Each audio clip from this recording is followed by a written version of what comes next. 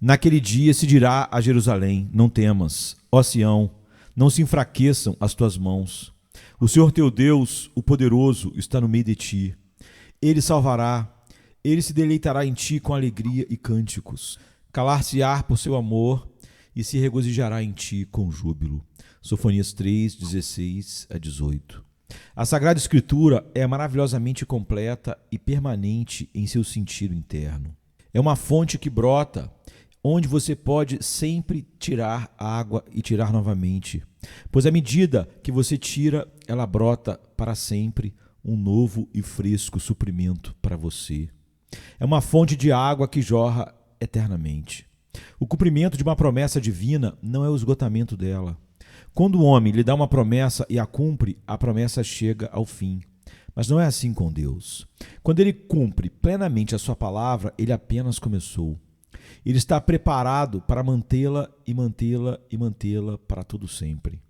O que você diria de um homem que tinha trigo no chão do celeiro e o debulhou até bater o último grão de ouro? Mas no dia seguinte ele foi e debulhou novamente e trouxe de volta tanto quanto no dia anterior. E assim por diante no dia seguinte, pegando novamente seu mangal, ele foi a mesma debulha e novamente trouxe de volta sua medida tão cheia quanto no primeiro dia. E assim por diante, durante todos os dias do ano, sempre voltando e tendo a mesma quantidade que tinha no dia anterior lá. Seria um celeiro mágico. Não te pareceria um conto de fadas? Certamente seria um milagre surpreendente. Mas o que diríamos se, ao longo de uma vida longa, esse milagre pudesse se prolongar?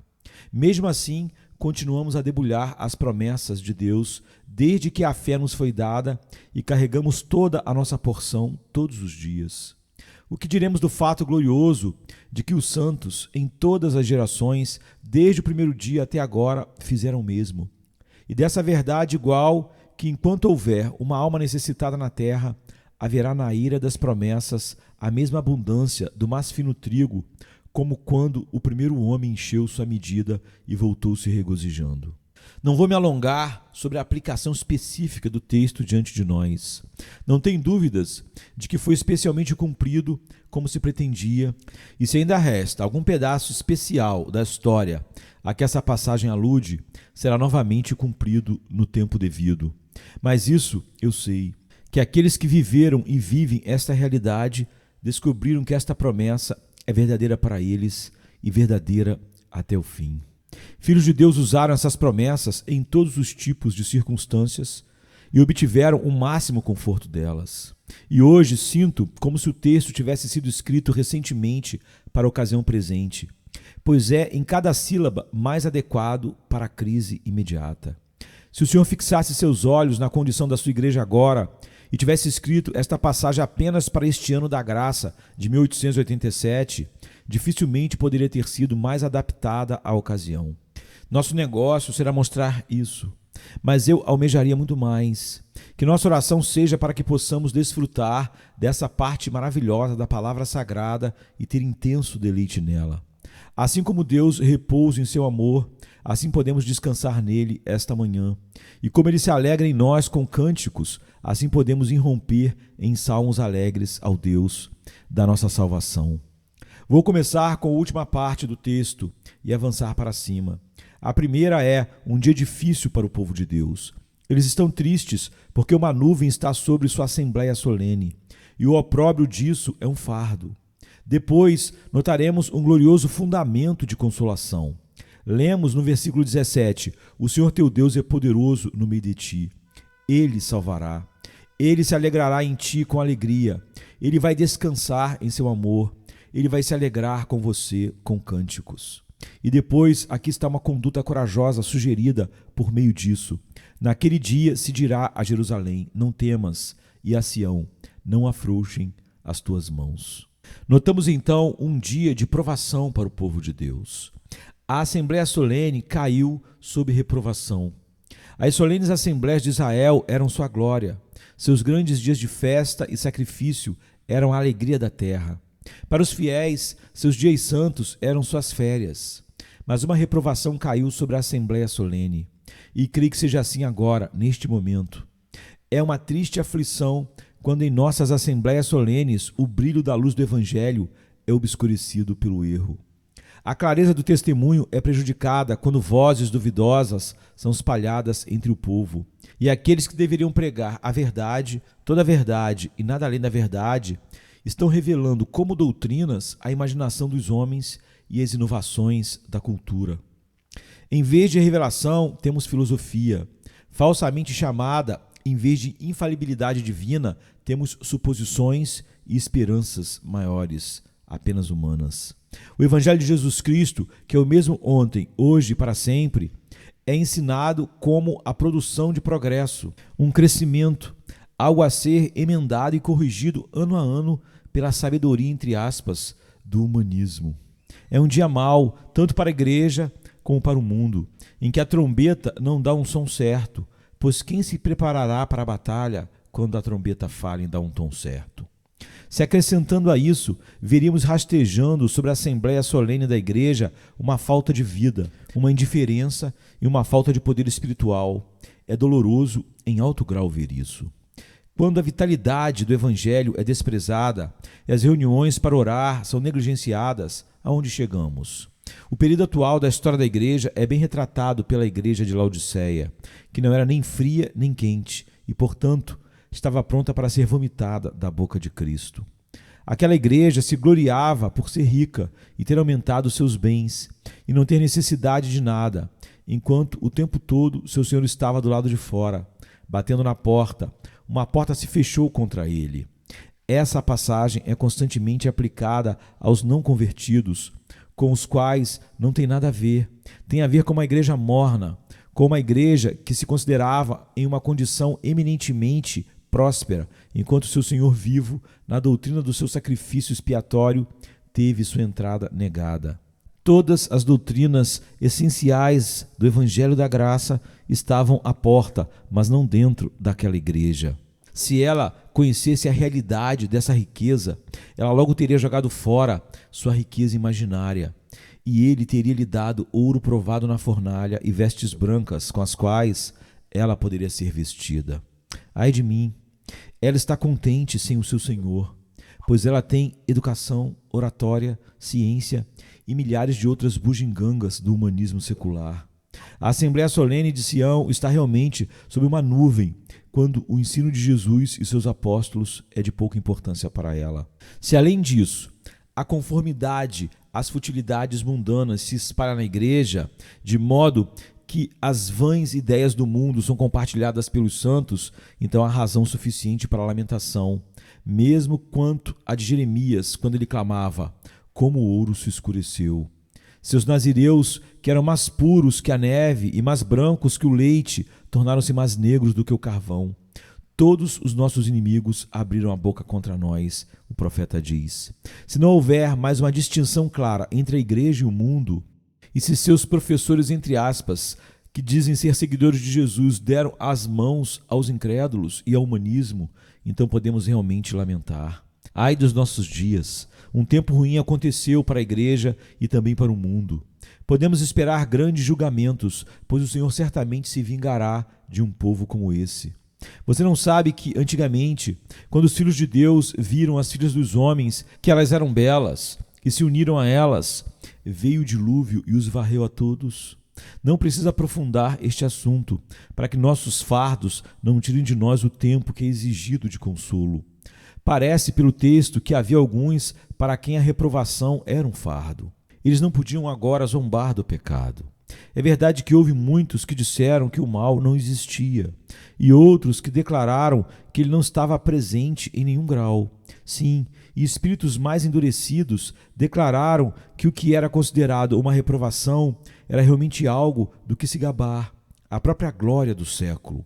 Assim, eles desdenharam o assunto e fizeram do luto dos conscienciosos um tema de piada. Mas havia um remanescente para o qual o opróbrio era um fardo.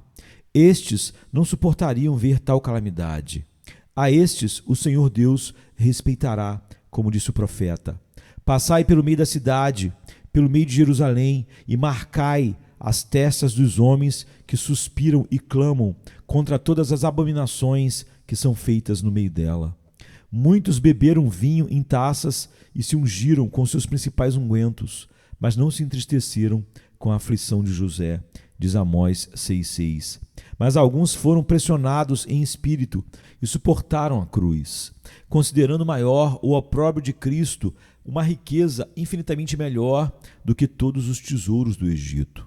O povo de Deus não pode suportar que o sacrifício expiatório de Cristo seja desonrado.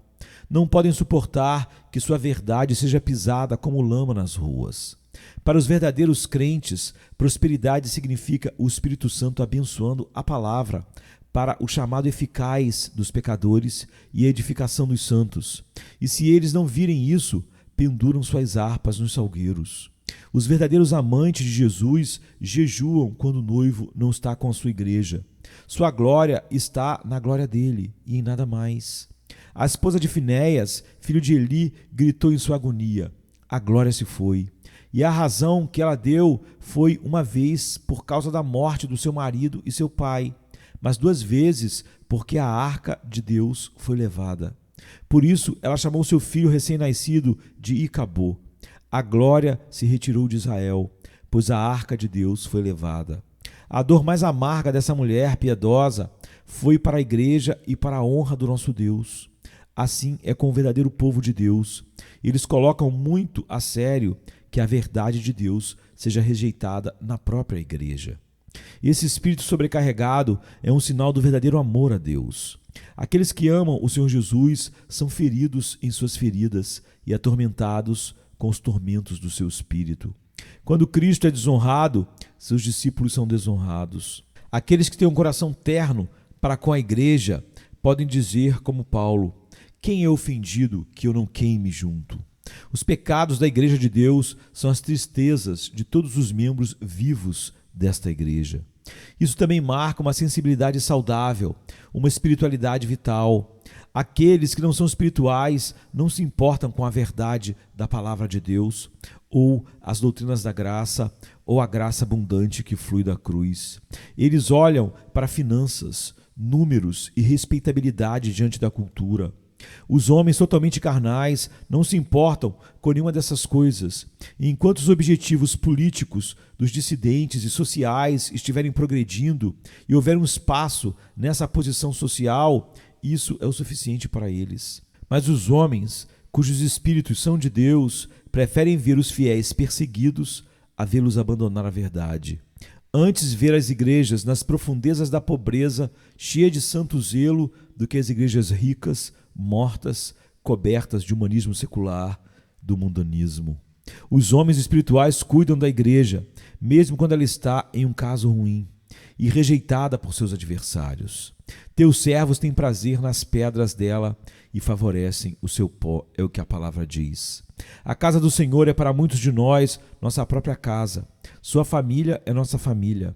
A menos que o Senhor Jesus seja exaltado e seu evangelho conquiste, sentimos que nossos próprios interesses pessoais estão arruinados e nós mesmos estamos em desgraça. Não é pouca coisa para nós, é a nossa própria vida. Assim tenho insistido no fato de que é um dia ruim para o povo de Deus quando a Assembleia Solene está contaminada. O opróbrio disso é um fardo para aqueles que são verdadeiramente cidadãos da Nova Jerusalém. E por causa disso, eles parecem estar tristes. O Senhor aqui diz: eu reunirei os que estão tristes por causa da Assembleia Solene. Eles podem ficar tristes quando tal fardo é colocado em seus corações. Além disso, eles veem de centenas de maneiras os efeitos negativos do mal que deploram. Muitos são coxos e vacilantes. Isso é sugerido na promessa do versículo 19: eu salvarei aquele que cocheia. Os peregrinos na estrada para Sião foram obrigados a mancar na estrada porque os profetas eram pessoas traiçoeiras e falsas. Quando o puro evangelho não é pregado, o povo de Deus é privado da força de que necessita em sua jornada de vida. Se você tira o pão, as crianças passam fome. Se você der pastagem venenosa ao rebanho ou campos áridos como o deserto, eles definharão e se tornarão aleijados em seu seguimento diário do pastor. O doutrinário logo afeta o prático. Eu conheço muitas pessoas do povo de Deus que vivem em diferentes partes deste país, para quem o dia do Senhor é muito pouco como um dia de descanso, pois eles não ouvem nenhuma verdade na qual o descanso pode ser encontrado. Mas eles estão preocupados e cansados com novidades que não glorificam a Deus, mas o saber humano, o humanismo secular. Nem beneficiam por isso suas almas, as almas dos homens que foram feitas para Deus e nele encontram sua glória e descanso. Em muitos lugares, as ovelhas olham para cima e não são alimentadas. Isso causa muita inquietação e gera dúvidas e questionamentos. E assim a força se transforma em fraqueza. E a obra da fé, a labuta do amor e a paciência da esperança são todas mantidas em estado de fraqueza. Este é um mal terrível e está ao nosso redor. Então, muitos são expulsos, entre aspas, dos quais o versículo 19 diz: eu recolherei o que foi expulso. Por falsa doutrina, muitos são levados a se desviar do aprisco. Os que têm esperança são desviados do caminho da vida, e os pecadores são deixados em sua distância natural de Deus. A verdade que convenceria os homens do pecado não é pregada, ao passo que outras verdades que levariam os que buscam a paz são obscurecidas e almas são deixadas em tristeza desnecessária. Quando as doutrinas da graça e o glorioso sacrifício expiatório não são definidos claramente diante dos homens, das mentes dos homens, para que eles possam sentir seu poder, todos os tipos de males se seguem. É terrível para mim que esta terrível praga apareça sobre nossas igrejas, pois os hesitantes são levados à destruição, os fracos ficam pasmos e até mesmo os fortes ficam perplexos. Os falsos mestres destes dias iriam, se fosse possível, enganar os próprios eleitos. Isso torna nossos corações muito tristes.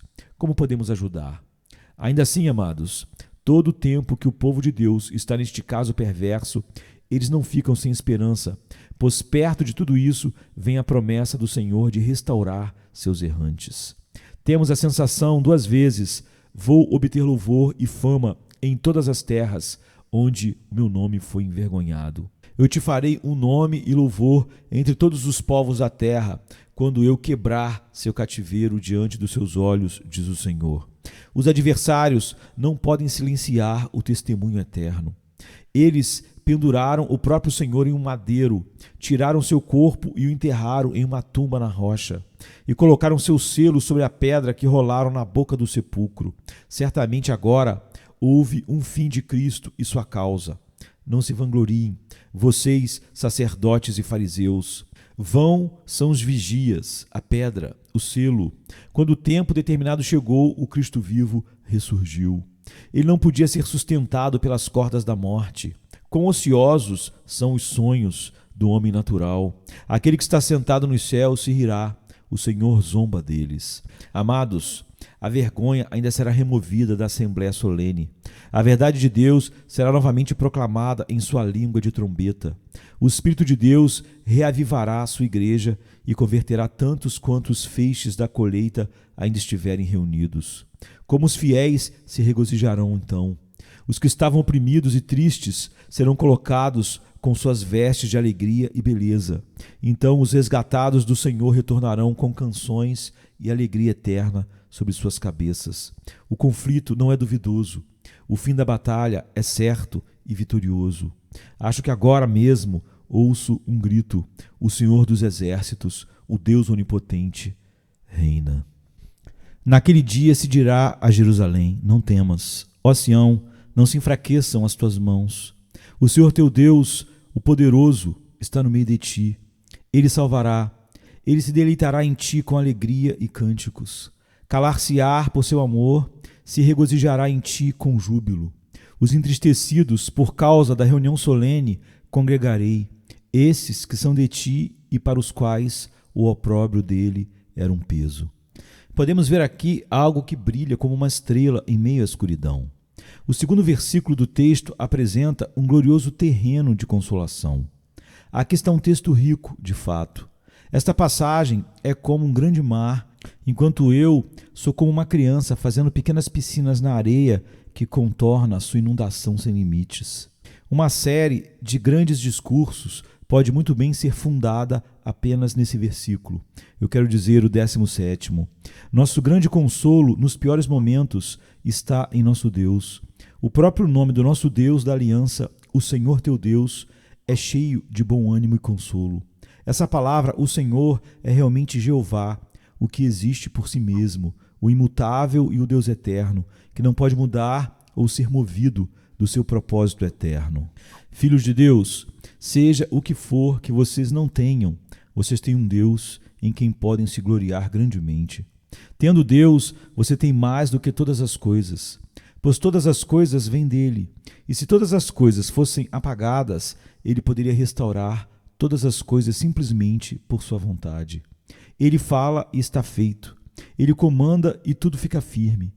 Bem-aventurado o homem que tem por confiança o Deus de Jacó e cuja esperança é Jeová. No Senhor Jeová temos justiça e força. Vamos confiar nele para sempre. Deixe os tempos passarem. Eles não podem afetar nosso Deus. Que os problemas se precipitem sobre nós como uma tempestade, mas não chegarão perto de nós agora que ele é a nossa defesa. Jeová, o Deus da sua igreja, é também o Deus de cada membro individual dela. E cada um pode, portanto, se regozijar nele. Jeová é tanto seu Deus, meu irmão, como se nenhuma outra pessoa no universo pudesse usar essa expressão de pacto. Ó crente, o Senhor Deus é total e completamente o teu Deus. Toda a sua sabedoria, toda a sua previsão, todo o seu poder, toda a sua imutabilidade, tudo em si é teu. Quanto à Igreja de Deus, quando ela está em seu estado mais baixo, ela ainda está estabelecida e dotada no melhor sentido possível, estabelecida pelo decreto divino e dotada pela posse do Deus todo-suficiente. As portas do inferno não prevalecerão contra ela. Deixe-nos exultar na nossa posse. Pobres como somos, somos infinitamente ricos em ter Deus. Fracos como somos, não há limite para as nossas forças, pois o Jeová Todo-Poderoso é nosso. Se Deus é por nós, quem será contra nós? Se Deus é nosso, do que mais podemos precisar? Erga o coração, ó entristecido, e tem de bom ânimo. Se Deus é o teu Deus, você tem tudo o que pode desejar. Embrulhados em seu glorioso nome, encontramos todas as coisas para o tempo e a eternidade, para a terra e para o céu. Portanto, em nome de Jeová, armaremos nossas bandeiras e marcharemos para a batalha. Ele é nosso Deus por seu próprio propósito, aliança e juramento. E neste dia, Ele é nosso Deus por nossa própria escolha dele, por nossa união com Cristo Jesus, por nossa experiência da sua bondade e por aquele espírito de adoção pelo qual nós clamamos, Abba Pai. Para fortalecer esse consolo, notamos a seguir que esse Deus está no meio de nós. Ele não está muito longe para ser procurado com dificuldade, se porventura pudermos encontrá-lo. O Senhor é um Deus próximo e pronto para libertar o seu povo. Não é agradável pensar que não clamamos a Deus do outro lado do oceano, pois Ele está aqui. Não olhamos para Ele de longe, como se Ele habitasse além das estrelas, nem pensamos nele como escondido no abismo insondável. Mas o Senhor está muito perto, o Senhor Deus está no meio de ti. Nosso Deus é Jeová no meio de vocês. Desde aquela noite brilhante em que um bebê nasceu em Belém e um filho foi dado a nós, conhecemos Deus como Emanuel, Deus conosco. Deus está em nossa natureza e, portanto, muito perto de nós. O Verbo se fez carne e habitou entre nós. Embora sua presença corporal se foi, ainda temos sua presença espiritual conosco para sempre. Pois ele diz, eis que estou sempre convosco. Ele caminha entre os palitos de ouro. Temos também a presença imediata de Deus, Espírito Santo. Ele está no meio da igreja para iluminar, convencer, vivificar, dotar, confortar e nos revestir de poder espiritual. O Senhor ainda trabalha na mente dos homens para cumprirmos os seus propósitos da graça soberana. Vamos pensar nisso quando sairmos para o serviço cristão. O Senhor dos Exércitos está conosco. Quando você reunir sua classe para estudar a palavra de Deus, diga ao seu Senhor, se a tua presença não for comigo, não me leve daqui para cima. Ó amigos, se tivermos Deus conosco, podemos suportar ser abandonados pelos homens. Que palavra essa é? Onde estiverem 2 ou 3 reunidos em meu nome, aí estou eu no meio deles. Não deve o exército gritar quando o próprio rei estiver em suas fileiras? Que Deus se levante, que seus inimigos sejam dispersos. Quando ele está conosco, aqueles que o odeiam devem fugir diante dele. Seja nossa preocupação viver para que nunca possamos entristecer o Espírito de Deus. Amados, há um consolo tão abundante no fato da presença de Deus conosco que, se pudéssemos sentir o poder dela neste momento, entraríamos em descanso e nosso céu começaria agora abaixo. Vamos dar um passo adiante, então, e notar que nossa consolação se encontra em grande parte no fato de que esse Deus no meio de nós é cheio de poder para salvar. O Senhor Deus está no meio de ti, o Senhor Deus que salva. O Senhor teu Deus é poderoso no meio de ti, Ele vai te salvar. Isso quer dizer, Jeová teu Deus é poderoso para salvar. Seu braço não foi encurtado. Ele ainda é um Deus justo e um Salvador. Ele não é meramente capaz de salvar, mas exibirá essa habilidade. Ele vai salvar, é o que o texto diz. Veja, meu irmão, vemos ao nosso redor isso e aquilo para nos desanimar. Vamos, como Davi, nos encorajar no Senhor nosso Deus. Podemos muito bem esquecer todas as dificuldades, pois o Deus que está no meio de nós é poderoso para salvar.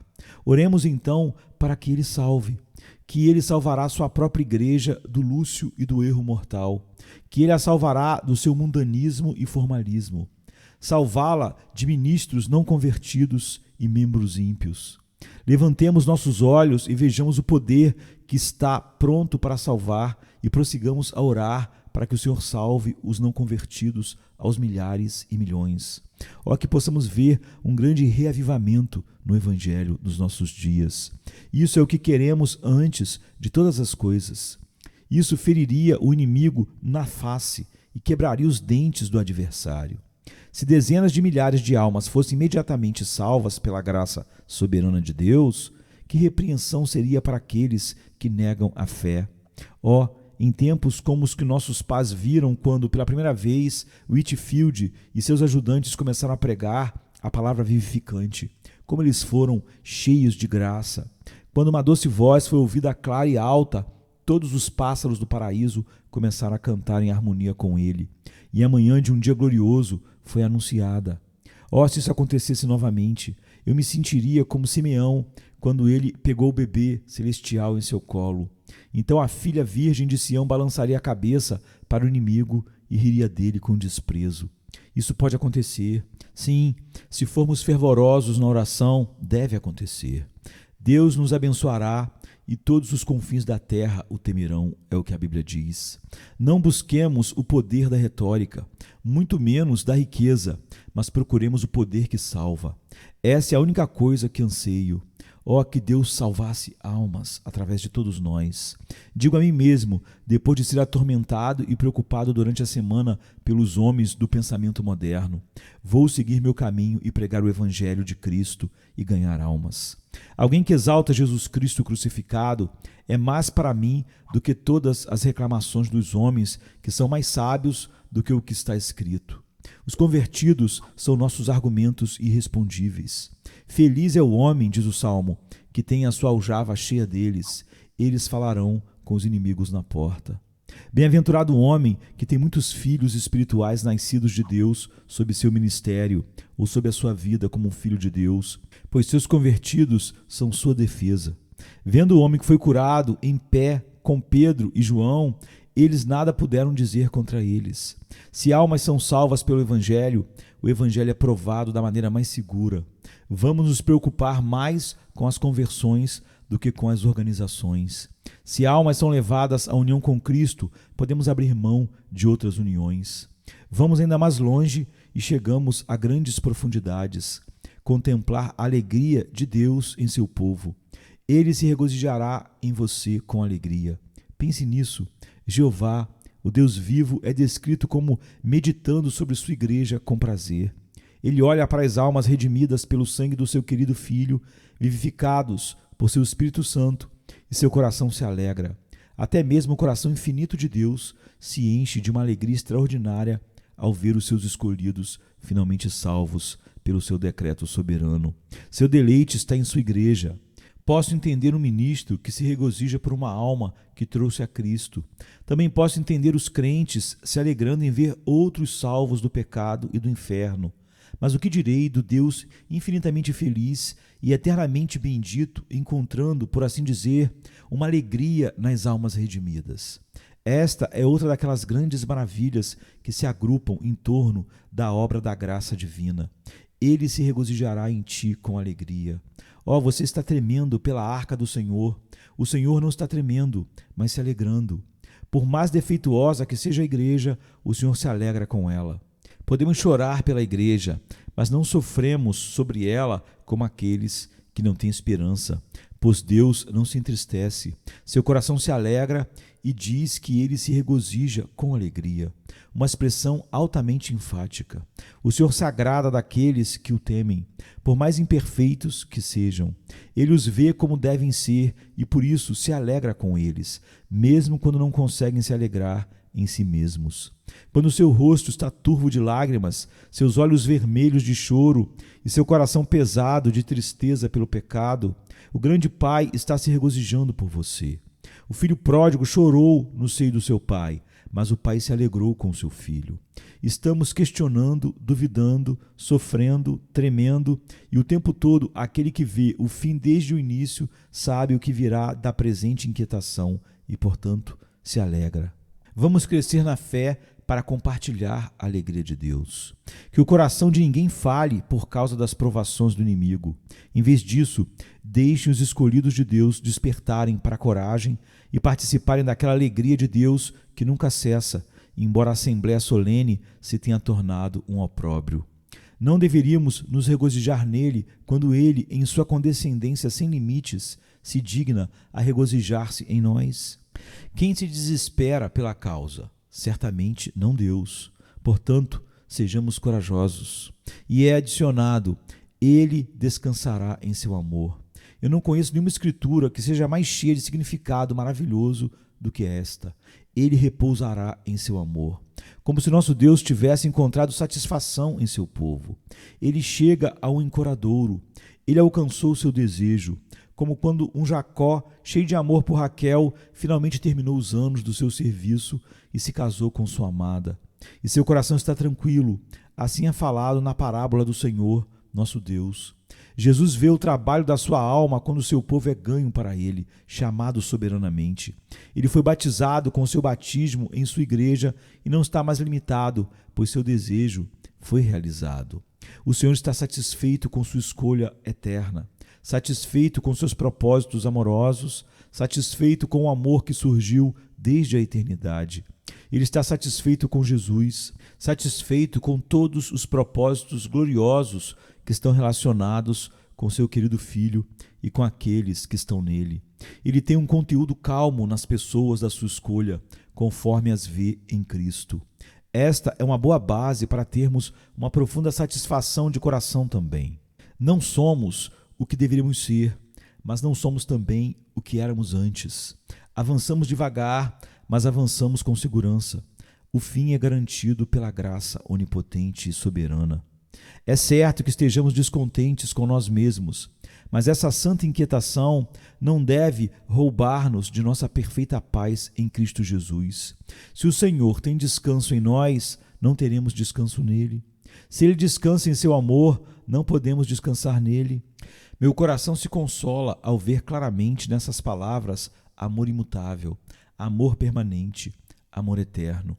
Ele repousará em seu amor. Jeová não muda. Sendo casado com seu povo, ele odeia o repúdio. A imutabilidade está escrita em seu coração. A rola, uma vez que escolheu sua companheira, permanece fiel por toda a vida, e se a amada morrer, ele irá, em muitos casos, definhar de tristeza por ela, pois sua vida está envolvida na dela. Do mesmo modo, nosso Senhor fez sua escolha da sua amada, e ele nunca mudará isso. Ele morreu por sua igreja, e enquanto viver, ele se lembrará do seu próprio amor e do que isso lhe custou. Quem nos separará do amor de Deus que está em Cristo Jesus, nosso Senhor? Ele vai descansar em seu amor. O amor de Deus por nós é imperturbável. A paz de Deus, que excede todo entendimento, habita com seu amor. Ele não se preocupa com isso, mas ama pacificamente e nunca se comove. A calma de Deus é maravilhosa de se contemplar. Seu conhecimento infalível e poder infinito o colocaram além do medo ou da dúvida. Ele não vê motivo de alarme quanto aos remidos, ou quanto à causa da verdade e do reino de Cristo, o reino da justiça. Quanto à sua verdadeira igreja, ele sabe que ela está certa, segura, ou que ele a tornará certa momento após momento até estar perfeita. Ela está sendo transformada na imagem de Cristo, e ele tem plena certeza de que a imagem logo estará completa. Ele pode realizar seus próprios propósitos à sua maneira e tempo. Ele pode ver a colheita tanto quanto a semeadura, portanto, ele descansa em seu amor. Você viu uma mãe lavar seu filho e, ao lavar o rosto, talvez a criança esteja chorando, pois no momento não gosta da operação de limpeza. A mãe compartilha a dor da criança? Ela também chora? Ah, não. Ela se alegra com seu bebê e repousa em seu amor, sabendo que a leve aflição do filho fará seu verdadeiro bem. Frequentemente, nossa dor não é mais profunda do que o choro de uma criança por causa do sabão em seus olhos. Enquanto a igreja está sendo lavada por tribulações e perseguições, Deus está descansando em seu amor. Você e eu estamos cansados, mas Deus está descansando. Ele deve descansar em seu amor. O hebraico desta linha é: ele será silencioso em seu amor. Sua felicidade em seu amor é tão grande que ele não a expressa, mas mantém um feliz silêncio. A alegria dele é profunda demais para ser expressa em palavras. Nenhuma linguagem pode expressar a alegria de Deus em seu amor e, portanto, ele não usa palavras. O silêncio, neste caso, é infinitamente expressivo. Um dos antigos comentaristas diz: ele é surdo e mudo em seu amor, como se ele não ouvisse nenhuma voz de acusação contra seus escolhidos e não diria uma palavra de repreensão a ela. Lembre-se do silêncio de Jesus e explique este texto por meio disso. Às vezes também o Senhor não fala ao seu povo. Não podemos receber uma palavra de encorajamento dele, e então suspiramos por uma promessa e ansiamos por uma visita do seu amor. Mas se ele está assim em silêncio, deixe-nos saber que ele está apenas em silêncio em seu amor.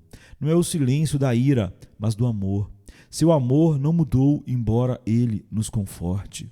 Como dizem os versos, seus pensamentos estão elevados, seu amor é sábio, suas feridas uma intenção de cura, e embora ele nem sempre sorria, ele ama até o fim. Quando ele não responde nossas orações com sua mão, ele ainda as ouve com seu coração. As negações são apenas outra forma do mesmo amor que concede nossas petições. Ele nos ama e às vezes mostra esse amor melhor não nos dando o que pedimos do que faria se falasse a mais doce promessa que os ouvidos já ouviram. Eu valorizo esta frase: ele deve descansar em seu amor. Meu Deus, tu és perfeitamente satisfeito com a sua igreja. Afinal, tu percebes e sabes o que ela deve ser e o que ela é em seu Filho amado. Tu vês como ela será bela quando sair do banho, depois de ter vestido suas belas vestes. Eis que o sol se põe, e nós mortais tememos as trevas sem fim. Mas tu, grande Deus, vês amanhã e sabes que nas horas da escuridão o orvalho cairá que refrescará o seu jardim. Nossa é a medida de uma hora, e o teu julgamento da eternidade. Portanto, corrigiremos nosso julgamento míope por teu conhecimento infalível e descansaremos contigo. A última palavra é, no entanto, a mais maravilhosa de todas. Ele se alegrará sobre ti com cânticos. Pense no grande Jeová cantando. Você pode imaginar isso? É possível conceber a divindade entoando uma canção, Pai, Filho e Espírito Santo juntos cantando sobre os remidos. Deus está tão feliz no amor que ele tem por seu povo que quebra o silêncio eterno, e o sol, a lua e as estrelas com espanto ouvem Deus cantando um hino de alegria. Entre os orientais, certa canção é cantada pelo noivo ao receber sua noiva. Destina-se a declarar sua alegria por ela e pelo fato de que seu casamento chegou. Aqui, pela pena da inspiração, o Deus de amor é retratado como casado com a sua igreja. e se regozijando nela, de tal maneira que se alegra nela com cânticos. Se Deus canta, não devemos cantar. Ele não cantou quando fez o mundo, não. Ele olhou para isso e simplesmente disse que era bom. Os anjos cantaram. Os filhos de Deus gritaram de alegria. A criação foi muito maravilhosa para eles, mas não foi muito para Deus, que poderia ter feito milhares de mundos por sua mera vontade. A criação não pôde fazê-lo cantar, e nem mesmo sei se a providência jamais trouxe uma nota de alegria dele, pois ele poderia organizar 1000 reinos da providência com facilidade. Mas quando se tratava da redenção, isso lhe custou caro.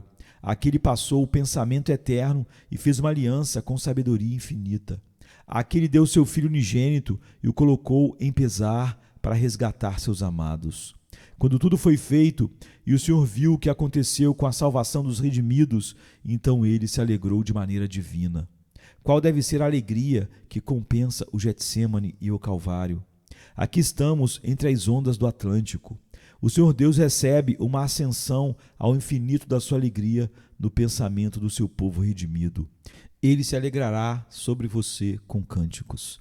Eu tremo enquanto falo de tais temas, para não dizer uma palavra que desonraria o mistério incomparável, mas ainda assim ficamos contentes por notar o que está escrito. E devemos nos consolar com isso. Tenhamos simpatia pela alegria do Senhor, pois esta será a nossa força. Olhe para a brava conduta sugerida por esse fato. Não soframos com os fardos que carregamos, mas nos regozijemos em Deus, o grande guardador e portador de fardos, sobre quem neste dia colocamos todo o nosso fardo, toda a nossa carga. Aqui está. Naquele dia se dirá a Jerusalém: não temas, e para Sião: não afrouxem as vossas mãos. Existem 3 coisas para o povo de Deus fazer. A primeira é ser feliz. Leia o verso 14. Canta, filha de Sião, grita, ó Israel, se regozije e alegre-se de todo o coração, ó filha de Jerusalém. Qualquer homem pode cantar quando o seu cálice está cheio de delícias. Só o crente canta quando as águas de um copo amargo são espremidas sob seus lábios. Qualquer pardal pode cantar à luz do dia. Só o rouxinol pode cantar na escuridão. Filhos de Deus, sempre que os inimigos parecem prevalecer sobre vocês, sempre que as fileiras cerradas do inimigo parecem seguras da vitória, então comecem a cantar. Sua vitória virá com sua música. É uma coisa muito intrigante para o diabo ouvir os santos cantando quando ele põe o pé neles. Ele não pode decifrar. Quanto mais ele os oprime, mais eles se alegram. Decidamos ser ainda mais felizes quando o inimigo sonhar que estamos totalmente derrotados. Quanto mais oposição, mais nos regozijaremos no Senhor. Quanto mais desânimo, mais confiança. Esplêndida foi a coragem de Alexandre quando lhe disseram que havia centenas de milhares de persas. E ele respondeu: o que tem isso? Um lobo não teme miríades de ovelhas. Ah, disse outro, quando os persas puxam seus arcos, suas flechas são tão numerosas que escurecem o sol. E ele disse: então nós ficaremos bem lutando na sombra, gritou esse grande herói das batalhas. Ó amigos, sabemos em quem acreditamos e temos a certeza do triunfo. Não pensemos por um único segundo, se as probabilidades contra nós são de 10.000 para 1, que isso é uma dificuldade. Antes, queiramos que fossem de 1.000.000 para 1, para que a glória do Senhor seja ainda maior na conquista, que é certa. Quando Atanásio foi informado de que todo mundo estava negando a deidade de Cristo, ele disse: eu, Atanásio, contra o mundo. Atanásio contra mundo tornou-se uma expressão proverbial. Irmãos, é uma coisa esplêndida estar sozinho na guerra do Senhor. Suponha que tivéssemos meia dúzia conosco. 6 homens não aumentam muito a força e possivelmente podem ser uma causa de fraqueza por proporcionarem cuidados. Se você estiver sozinho, tanto melhor. Há mais espaço para Deus.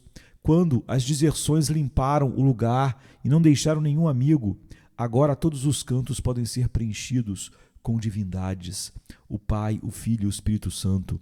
Enquanto houver tanto que seja visível para confiar e tanto para esperar, haverá muito menos espaço para a simples confiança em Deus. Mas agora, nossa canção é somente do Senhor, pois grande é o Santo de Israel no meio de ti. O próximo dever é não ter medo, não temas. O quê? Nem um pouco? Não, não temas. Mas certamente posso mostrar algum tremor? Não, não temas. Amarre esse nó com força na garganta da descrença. Não temas, nem neste dia, nem em qualquer outro dia da sua vida. Quando o medo vier, afaste-o, não dê espaço. Se Deus descansa em seu amor e se Deus canta, o que você pode fazer com o medo? Você nunca conheceu passageiros a bordo de um navio quando o tempo estava ruim, confortados pelo comportamento sereno do capitão?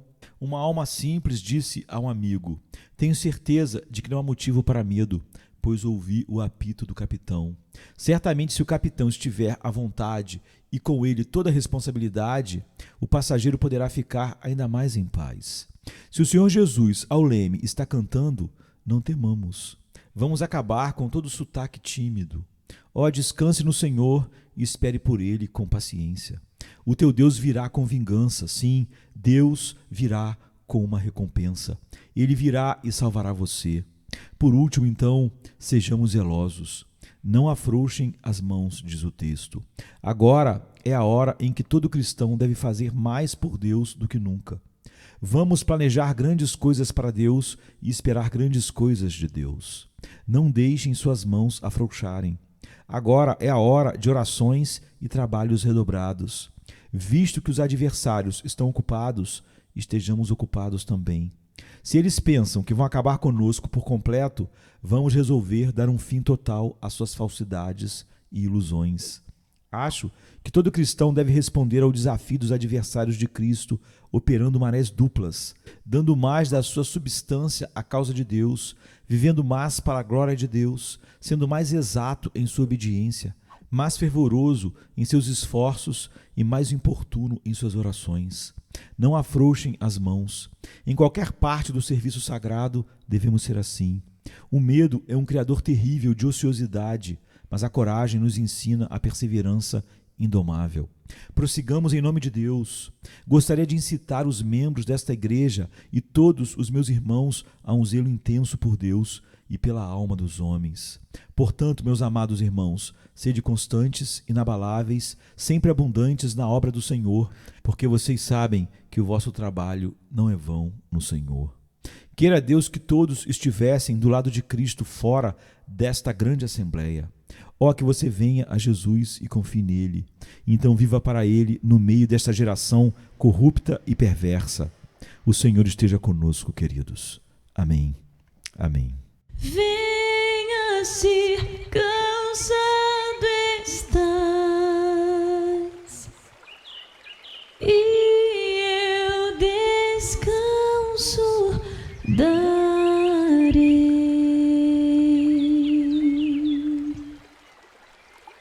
Tu descansarás.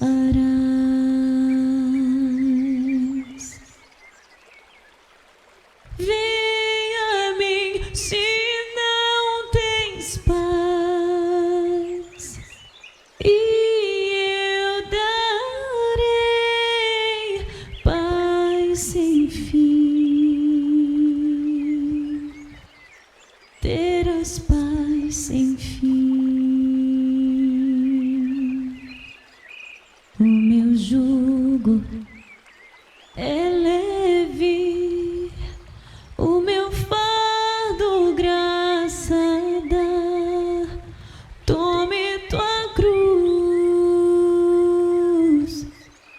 te darei a paz.